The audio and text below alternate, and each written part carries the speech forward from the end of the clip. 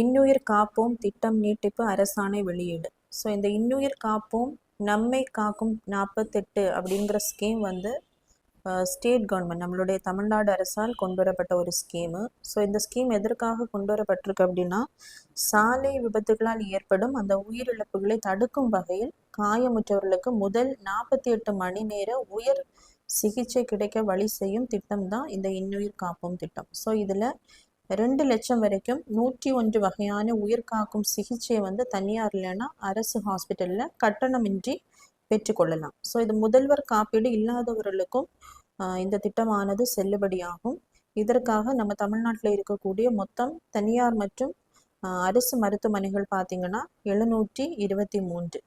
So இந்த ஸ்கீமான திட்டம் என்னைக்கு வந்து எக்ஸ்டாப்ளிஷ் பண்ணப்பட்டிருக்கும் அப்படின்னா 18 டிசம்பர் 2021. எங்கே அப்படின்னா செங்கல்பட்டு. ஸோ இதனுடைய அந்த திட்டத்தின் கால வரை வந்து ஜனவரி 2025 வந்து முடிவு பெற்றிருக்கும். ஸோ அதை என்ன பண்ணியிருக்காங்கன்னா 2027 ஜனவரி வரைக்கும் அதை எக்ஸ்டெண்ட் பண்ணியிருக்காங்க.